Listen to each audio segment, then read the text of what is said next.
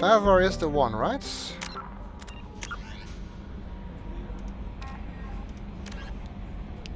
Yes, on the planet Lorak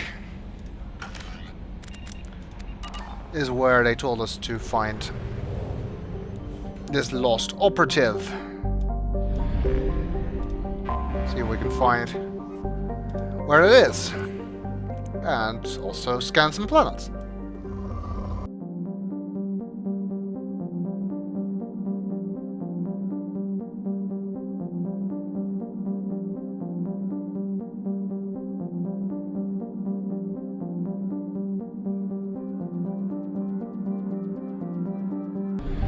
I guess that means this must be Lorak. Anomaly detected. Indeed it is. Lorak is an extremely rare example of a habitable world circling a red dwarf star.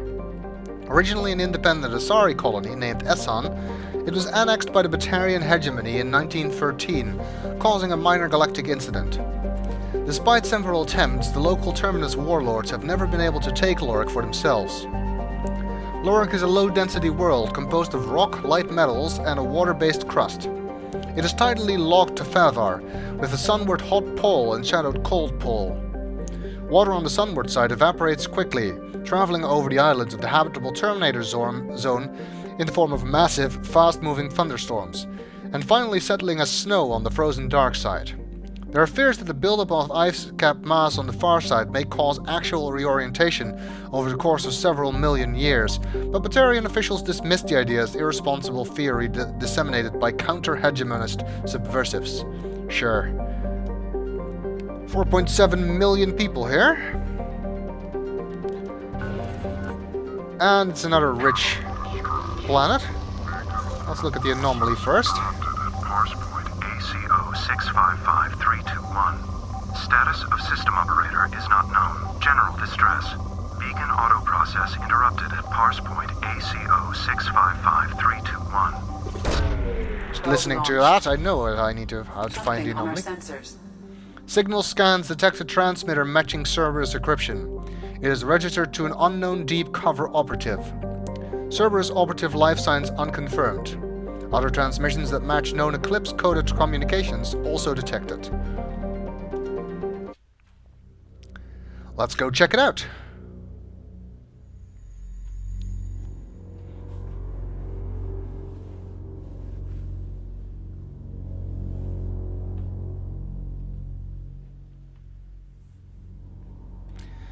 Well, I guess we should give Garrus a chance to spread his legs. And let's take Zaid, why not? 2 points. I guess I could put points in Cryoblast, but I don't want to. I'd rather save points up for my more useful skills, or my more used skills. Cryoblast is a useful skill, as is AI hacking. But I simply prefer to concentrate on some skills and optimize the crap out of those rather than spread my points around and having 100 different skills. Especially because in this game the cooldown times are linked. You use one power, you have to wait for cooldown before you can use any other. So just having more powers is not an advantage in and of itself, as it was in Mass Effect 1. Zaid has 2 points he can do nothing with, and Garrus has 10 points. He's got Concussive Shot, a massive blast that propels enemies with bone-crushing force. So does Zaid. And he's got Overload, same as me. Let's give him a point in that.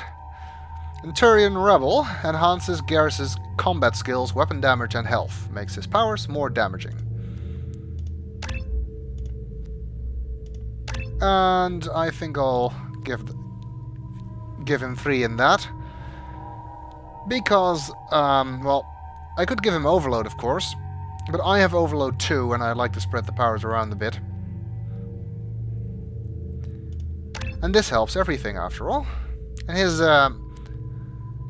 Loyalty power is armor-piercing ammo. But he can't use that yet, obviously. I'm going to switch to the missile launcher. Not that I think we'll need it in this mission, but now I'm thinking about changing it, and I might forget again later if I don't do it now. Garrus uses a sniper rifle and an assault rifle. This is the assault rifle. This is the one we actually found on his mission. Currently, this is the only sniper rifle we have.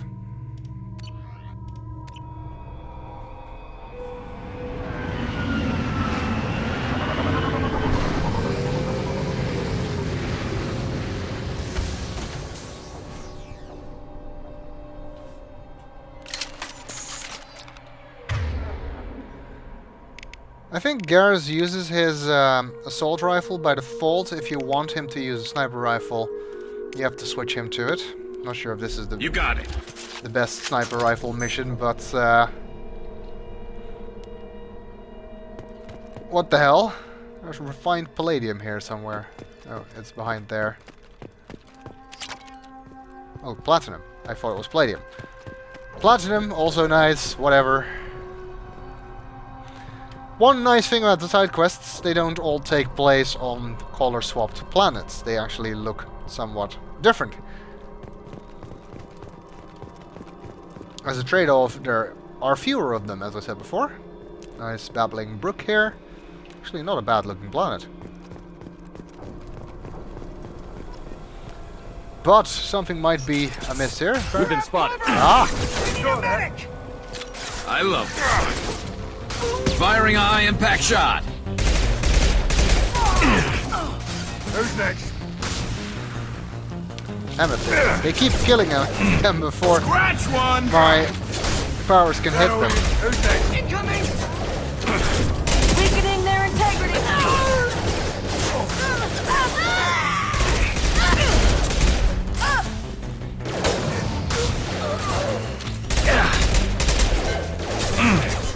Grabbing cover!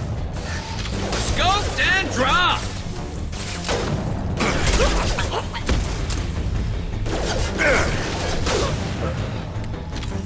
Is that all of them? Well, we were expecting to fight the Eclipse here.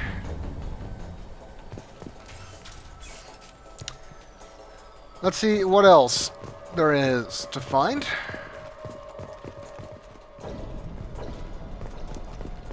Not an awful lot. Logs and stuff. Let's bind here first. A med kit.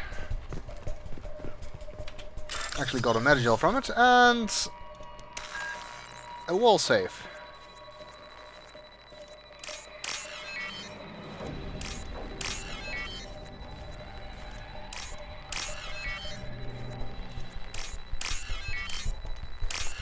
There we go.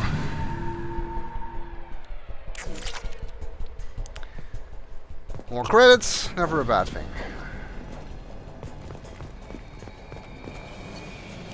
Subject ID. Let's see, maybe we can find out what happened to our operative. Or Cerberus's operative. Interrogator, Corporal Jiro. Subject, Cerberus Agent Tyrone Rawlings. Eclipse targeted Agent Rawlings some time ago. We know Rawlings is connected to the encrypted data we acquired. The data could conclusively prove Cerberus's involvement in Rachni experiments. We believe Rawlings possesses a cipher that can be used to decrypt the data. Without this cipher, the data could take years for Eclipse to decode. Well, we know they were involved in Rachni experiments. We don't need this data. We can just tell them. Agent Rawlings proved difficult to capture. Having insinuated himself on a ship bound for the Attican Traverse, he had won over the loyalty of the ship's crew, who believed him to be a human dignitary on a mission of discovery. Our own agents managed to disable the ship and hobble its defenses long enough to extract Agent Rawlings. We lost a lot of men to obtain this asset. This data had better be worth the expense. The interrogation has failed. Despite some of our most advanced interrogation techniques, Agent Rawlings managed to evade our questions. When we applied more invasive methods, he proved resistant to those as well. Eventually, Agent Rawlings' resistance caused tempers to flare. We consider it unfortunate that Agent Rawlings did not live to pass on the cipher. We have men working to decipher the encryption now. As long as we control this data, its mere existence remains a powerful tool against Cerberus. Do we really want to help Cerberus in this way? And in any case, we know what happened to the operative. He's dead. So I guess all we can do is get the data. Let's see what this does. This isn't money. This is something else. Damn.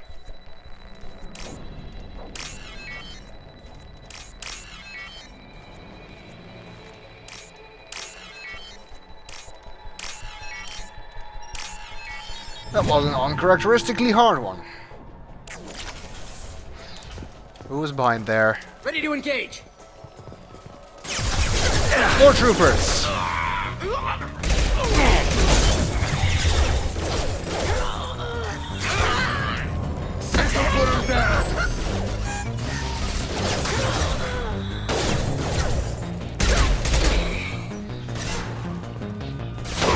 Weakening their integrity! Go get him, Drody! Failing!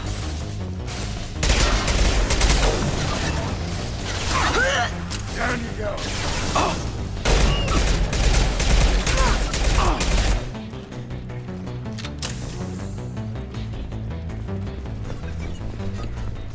That seems to be all of them. Where'd they come from?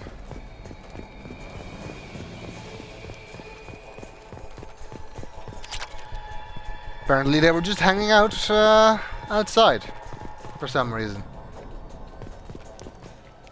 Anyway, we got their platinum now.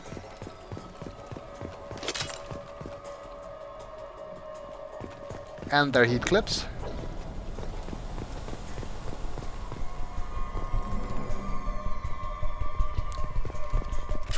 And another door to bypass. Hopefully that data is behind it somewhere.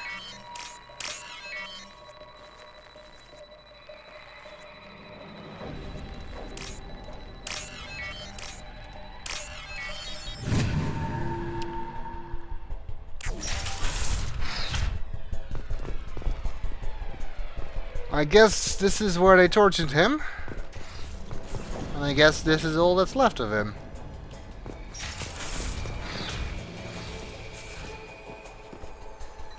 This computer contains the encrypted intelligence extracted from the captured Cerberus agent. The information could adversely affect Cerberus if it were ever circulated publicly. And keep the data ourselves. Not entirely sure what good that would do. Not as if we can decrypt it. I still don't trust Cerberus, so I guess I'll send it to the Alliance. Data uploaded to Alliance Command. See what the elusive man thinks of that. Cerberus operative Tyrone Rawlings was found dead. Encrypted data transmitted to Alliance for decryption. 156 experience, 7,875 credits, 2,000 platinum. I think we get an email or something from him about our choice.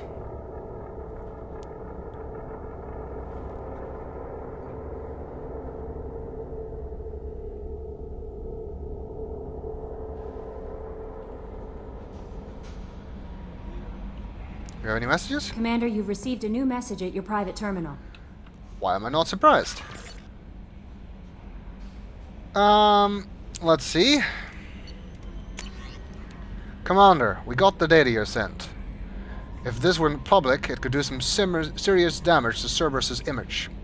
This intel will take years to decode, but just having it is a huge win for the Alliance. Well done, Shepard. Good luck on your mission. Anderson. Good. We got some other things here. Thanks, Talifa. That name sounds familiar. Shepard, I don't know if you remember me. I had a gun and you stopped me from hurting myself. My doctors say I'm doing better. One of them works with the people you work for. He told me you could get a message to you. I don't know what would have happened if you hadn't talked to me that day, but the doctors are helping me. I am getting better. They put me in a special school and they say I'm doing good. The doctors say that other people are getting taken like I was. I hope you can help them like you helped me. Thank you, Telefa. Telefa was the girl we talked out of committing suicide on the docks as part of our colonist background mission. The assignment called I Remember Me, which I quite liked. What was very touching, and it's nice to get a message about it now. This is really the nice thing about playing an imported game rather than starting a new game in Mass Effect 2, is that you get all of these nice reminders. Who wants us to take care of Garrus? Nala Butler, Commander Shepard. My husband was one of the men serving on Garrus's team. I don't know how much Garrus talked to you about what happened. I don't know the specifics myself, only that my husband died in a trap set by those bastard gangs.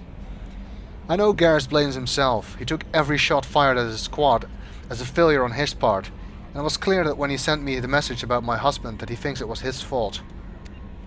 My husband would never have wanted that. He was proud of the work he did on Garrus' squad. He was taking back Omega from the gangs. He died fighting with honor. I miss him. God, I'd give anything to get him back, but whatever happened there wasn't Garrus' fault. You're his commander now. Please, if you can, help him stop blaming himself. And please don't tell him that I sent you this. Thank you. Nala Butler.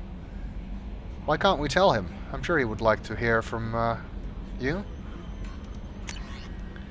From Admiral Hackett, Normandy crash site data received. Commander Shepard, the Alliance was grateful to receive the information you found at the Normandy's crash site, and we've sent it out to the affected families. By finding those dog tags, you have provided peace of mind for a lot of people. Commander, I thank you on their behalf. I got the punctuation wrong there. Another thing I want to do before we move on. We found a whole bunch of platinum. Meaning I can actually research the medbay upgrade for 45,000 platinum. Upgrades Normandy's medical facilities with an advanced dermal regeneration unit. Using this unit will immediately and completely heal your scars. Further scarring will not occur regardless of the actions you take.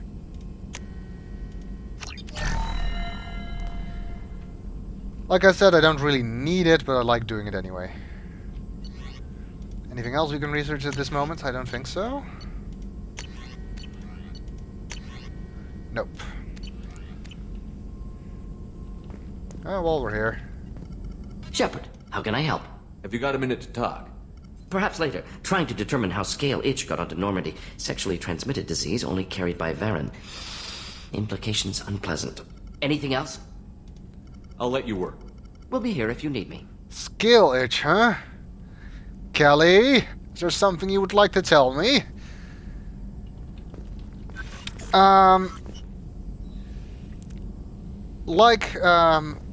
Actually, unlike the other crew members, Mordin has more than one message when he has nothing to say.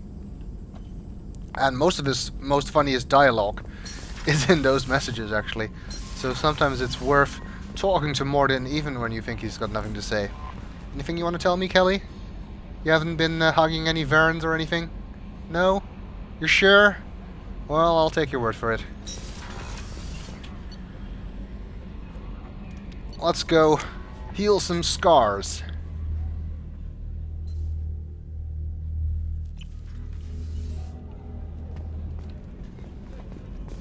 Well, my old scars back. Is that possible? I don't think so.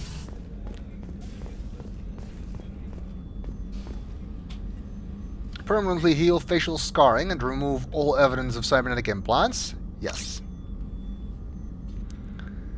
That means I no longer have to worry about Paragon or Renegade decisions. I'm now permanently scar-free.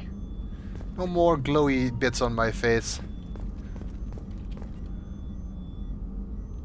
How may I help you, Commander? I'll see you later, Doctor. Commander. And she doesn't have anything to say about that either. I don't think Chakwas has anything more to say after we've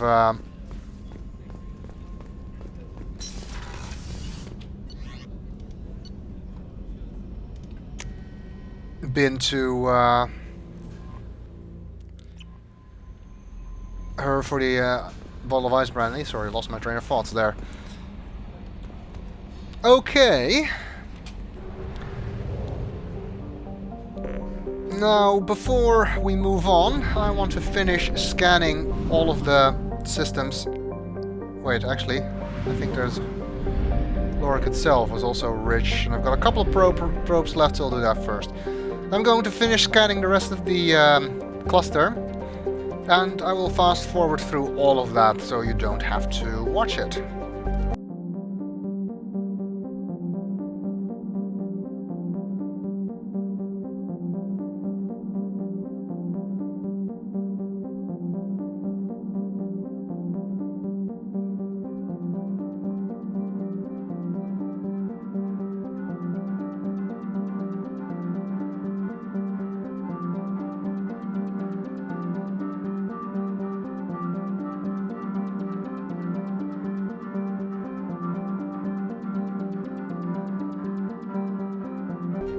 And that brings us to 100% on the Omega Nebula. Now, there's nothing else we need to do here for the moment. We'll be back for Omega later, and of course, eventually we're going to have to go through the Omega 4 relay. But that won't be for a while. For now, we're going to use the Mars relay, which opens up the galaxy-wide view, where we can simply select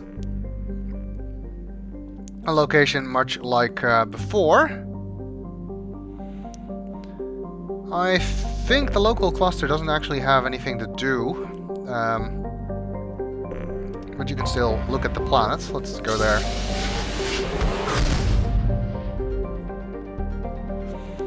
Sol is the only location we can visit in the local cluster. And let's check our planets. See if anything has changed in the previous game. Pluto is one of Sol's numerous ice dwarf worlds. It is mainly of note for being the gravitational anchor of the mass relay to Arcturus. Pluto and the Charon relay, formerly encased in ice and considered a moon, orbit each other. Pluto's orbit was circularized in 2157 as a side effect of the Charon mass relay recovery operations.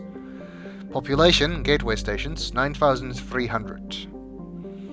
And we can actually scan these planets too, but there's not an awful lot to find. You'd think they'd be mined dry by now, but... Anyway. Neptune! Though Neptune, like Uranus, has plentiful helium, its remoteness made it an unpromising target for mining before the development of Mass Effect Drive. With Uranus cheaper to exploit, it has never seen extensive development. The only permanent human residence is a small research facility on Triton. Population Triton, 70. I think the descriptions are the same as in Mass Effect 1, but still. Uranus. After development of Mass Effect FTL Drive, distant Uranus was the target of a land rush to exploit its combination of plentiful helium-3 fuel and shallow, for a gas giant, gravity well.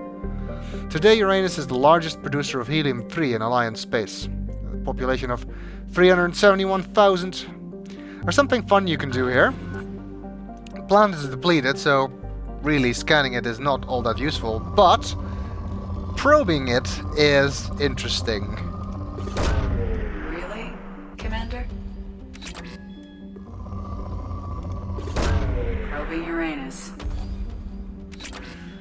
I guess EDI doesn't see the humor of the situation.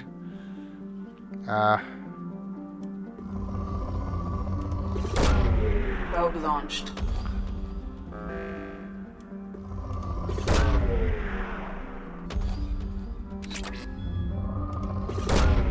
Probe away. Probe launched. Launching probe. Launching probe. There! Drawing a smiley face with probes is a requirement if you're playing Mass Effect 2. And what better place to do than on Uranus?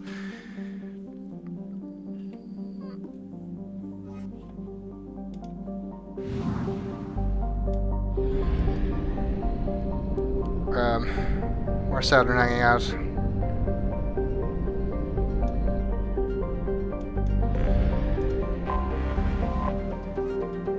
Saturn has been a major source of helium-3 fuel for fusion plants since the 2150s. The moon of Titan is mined for hydrocarbons and used as a hostile environment training facility for Alliance Marines.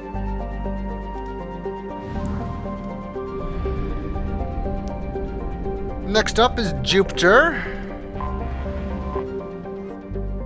Jupiter's deep gravity well and lethal radiation have kept its moons from being significantly exploited. The largest outpost is Binary Helix Corporation's Nautilus facility, attached to the underside of Europa's ice sheet. Oh, the storm bands are actually moving. Nice attention to detail. Not an awful lot of movement, but still. Jupiter is an easily visible object from Earth, by the way. I think it's the third brightest object in the night sky, and its system of moons, known as the Jovian system, has about the same angular width as the full moon.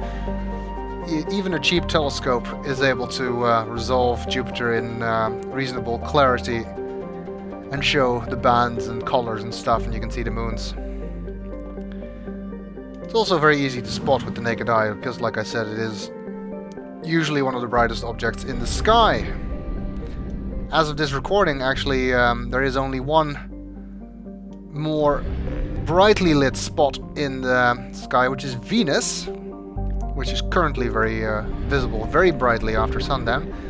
But that is visible for far less of the year than Jupiter tends to be. Once considered a prospect for terraforming and colonization, the discovery of faster-than-light travel turned Mars into a quiet backwater. Its southern pole is a historical preserve centered on the Prothean ruins found there. Immigration and development are restricted as the search for Prothean artifacts continues.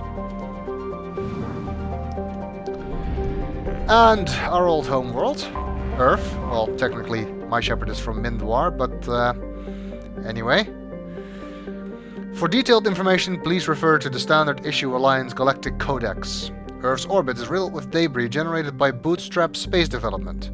Use of kinetic barriers is recommended at altitudes over 85 kilometers. We have a population of 11.4 billion, and another 250,000 at stations at the L4 and L5 Lagrange points. We can't probe Earth. I am disappointed.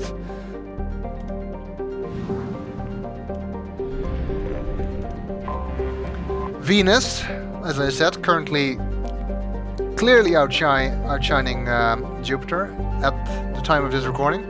Well, not right now, because now it's raining, so I can't actually see any stars or planets. With its molten temperatures, sulfuric acid clouds, and crushing carbon dioxide atmosphere, Venus has only a handful of aerostat research outposts.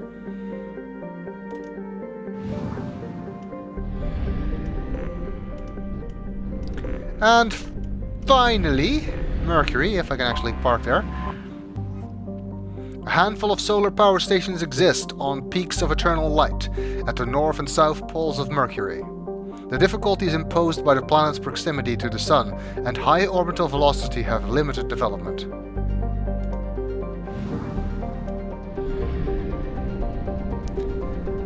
And that's our solar system. Nice to pay a visit. I'm glad we weren't arrested because we're in a Cerberus ship.